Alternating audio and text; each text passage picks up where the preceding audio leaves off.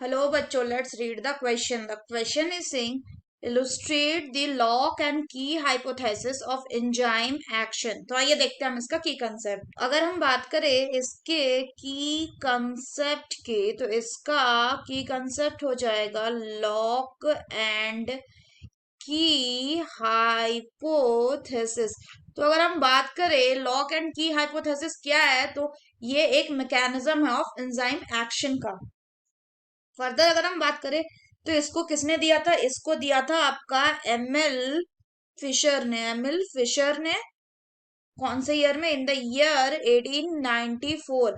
इसके हिसाब से क्या बोला गया था कि जो एंजाइम है, both enzyme and substrate have specific, इनके पास क्या होता है? इनके पास स्पेसिफिक जियोमेट्रिकल शेप होता है। और इन्हीं कारण से क्या होता है कि जो एंजाइम है इसके इसके एक्टिव साइट पे जो उसका सरफेस का कॉन्फ़िगरेशन है, सरफेस कन्फिग्यूरेशन है, वो क्या होता है ऑफ द एंजाइम इज, वो ऐसा होता है कि ये अलाउ करेगा कि पार्टिकुलर सबस्ट्रेट मॉलिक्यूल को ही उससे बाइंड करने का।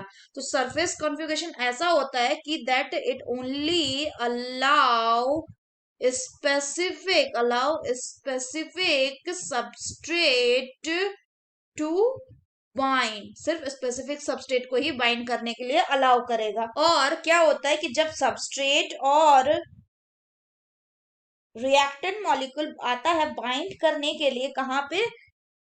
To the enzyme. तो कांटेक्ट ऐसा होता है कि जो सबस्ट्रेट या रिएक्टेंट मॉलिक्यूल है, दे together cause the chemical change. ये सिमिलर किसके होता है? लॉक एंड की के, यानी ताला एंड चाबी के।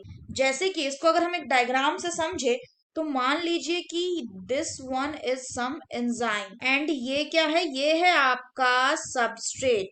सो this one is substrate and this one is enzyme.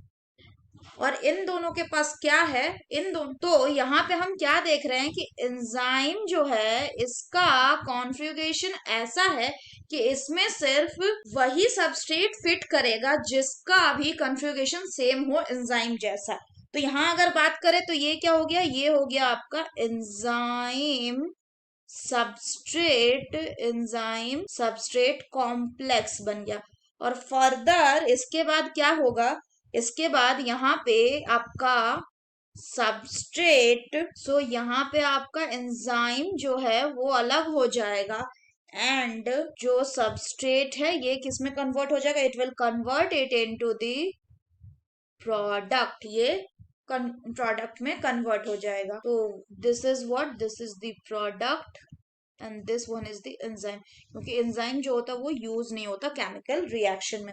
और ये रिएक्शंस कैसे होंगे? ये दोनों रिएक्शंस होंगे आपके रिवर्सिबल। सो ये क्या बता रहा है? It shows the lock and की hypothesis, lock and key hypothesis. So that's all for the question, बच्चों. Hope you understood it well. Best of luck.